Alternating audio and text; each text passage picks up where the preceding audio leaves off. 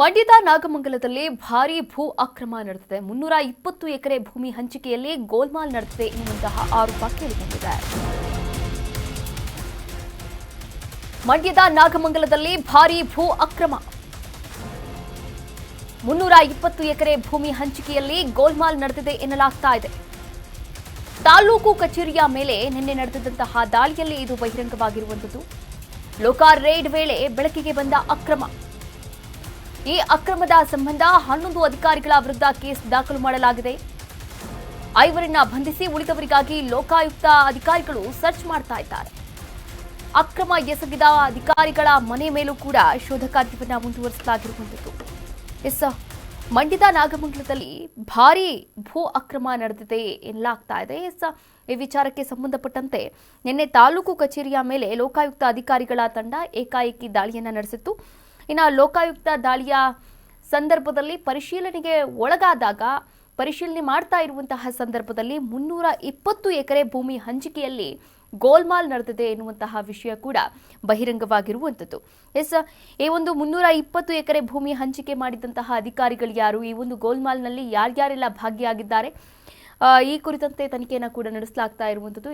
ಈ ಒಂದು ಪ್ರಕರಣದಲ್ಲಿ ಈಗಾಗಲೇ 11 ಅಧಿಕಾರಿಗಳ ವಿರುದ್ಧ ಕೇಸ್ ದಾಖಲು ಮಾಡಲಾಗಿರುವಂಥದ್ದು. ಹಾಗೆ 5ರನ್ನ ಕೂಡ ಬಂಧನ ಮಾಡಿ ಉಳಿದವರಿಗೆ ಲೋಕಾಯುಕ್ತ ಅಧಿಕಾರಿಗಳ ತಂಡ ಹುಡುಕಾಟವನ್ನ ಕೂಡ ನಡೆಸಿದೆ. ಹಾಗೆ ಅಕ್ರಮ ಎಸಗಿದಂತಹ ಅಧಿಕಾರಿಗಳ ಮನೆಯಲ್ಲೂ ಕೂಡ ತೀವ್ರ ಶೋಧ ಕಾರ್ಯವನ್ನ ಮುಂದುವರಿಸಲಾಗಿದೆ.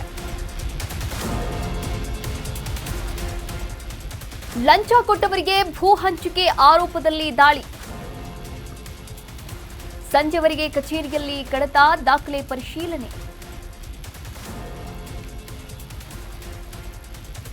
ದಾಖಲೆಗಳ ಪರಿಶೀಲನೆ ವೇಳೆ ಭಾರೀ ಭೂ ಅಕ್ರಮ ಪತ್ತೆಯಾಗಿರುವಂಥದ್ದು. ನಕಲಿ ದಾಖಲೆಗಳನ್ನು ಸೃಷ್ಟಿಸಿ ಲಂಚ ನೀಡಿದವರಿಗೆ ಹಂಚಿಕೆಯನ್ನು ಮಾಡಲಾಗಿರುವಂಥದ್ದು. ಅರ್ಹರನ್ನ ಬದಿಗೊತ್ತಿ ಕೈಬಿಸಿ ಮಾಡಿದವರಿಗೆ ಮಾತ್ರ ಮಣೆ ಹಾಕಿದೆ. ಸದ್ಯ ತನಿಖೆ ಮುಂದುವರೆಸಿದೆ ಲೋಕಾಯುಕ್ತ ಅಧಿಕಾರಿಗಳ ತಂಡ.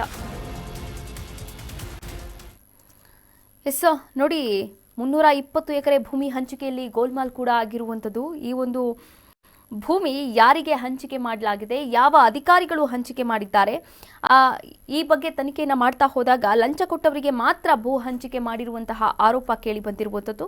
ಹೀಗಾಗಿ ನಿನ್ನೆ ಸಂಜೆವರೆಗೂ ಕೂಡ ಕಚೇರಿಯಲ್ಲಿ ಎಲ್ಲ ಕಡತಗಳ ದಾಖಲೆಗಳ ಪರಿಶೀಲನೆಯನ್ನು ಮಾಡಿದ್ರು. ದಾಖಲೆಗಳ ಪರಿಶೀಲನೆ ವೇಳೆ 320 ಎಕರೆ ಭೂಮಿಯ ಹಂಚಿಕೆಯಲ್ಲಿ ಗೋಲ್ಮಾಲ್ ನಡೆದಿರುವಂತಹ ವಿಚಾರ ಕೂಡ ಬಯಲಾಗಿರುವಂಥದ್ದು. ಹೀಗಾಗಿ ನಕಲಿ ದಾಖಲೆಗಳನ್ನು ಸೃಷ್ಟಿಸಿ ಭೂಮಿಯನ್ನ ಹಂಚಿಕೆ ಮಾಡಲಾಗಿದೆ. ಹೀಗಾಗಿ ಅರ್ಹರನ್ನ ಬದಿಗೊತ್ತಿದ್ದಾರೆ. ಲಂಚ ಯಾರು ನೀಡ್ತಾರೋ ಅವರಿಗೆ ಮಾತ್ರ ಭೂಮಿಯನ್ನ ನೀಡಿರುವಂತದ್ದು ಎನ್ನುವಂತಹ ಆರೋಪ ಇಲ್ಲಿ ಸಾಬೀತಾಗಿರುವಂಥದ್ದು. ಒಟ್ಟಾರೆಯಾಗಿ ಸದ್ಯ ತನಿಖೆಯನ್ನು ಮುಂದುವರೆಸಿದೆ ಲೋಕಾಯುಕ್ತ ಅಧಿಕಾರಿಗಳ ತಂಡ.